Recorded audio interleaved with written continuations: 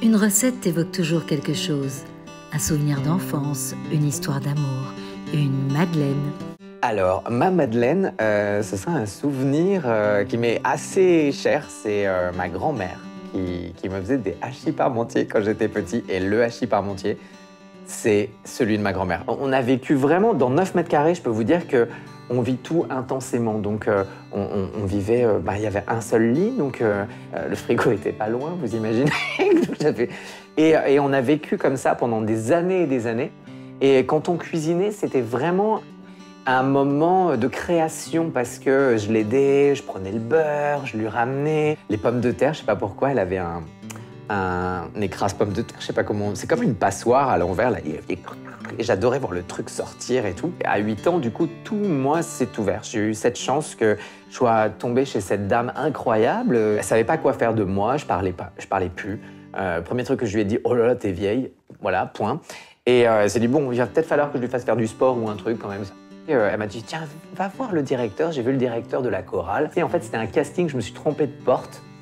Et j'ai commencé ma carrière, en fait, comme ça. Ce qui est très rigolo, c'est qu'elle me faisait mon petit hachis parmentier, vraiment des petites attentions. Et ça, c'était de la grande cuisine pour moi. Et pourtant, lors de mes voyages au Japon, en Corée, en Chine, en Thaïlande, aux États-Unis, en URSS à l'époque, dans tous ces pays, je faisais le tour du monde.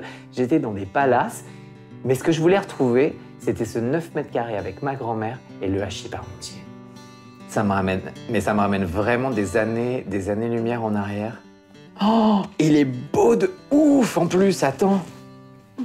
T'as mis quoi? T'as mis de la chapelure. Oh là, non mais il est trop beau. Attention, c'est très chaud, ça sort du four. C'est juste...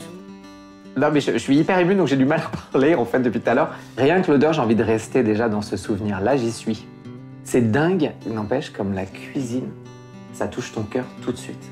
Le challenge, c'est que c'est vegan. Je tiens à le préciser.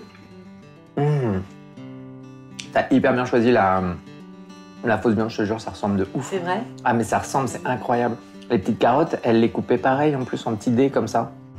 Ça me fait vraiment bizarre de me dire que elle est un peu là, ma grand-mère, et vraiment, elle me manque énormément.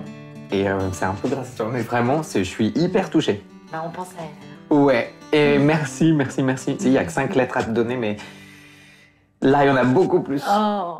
À bientôt pour une prochaine madeleine.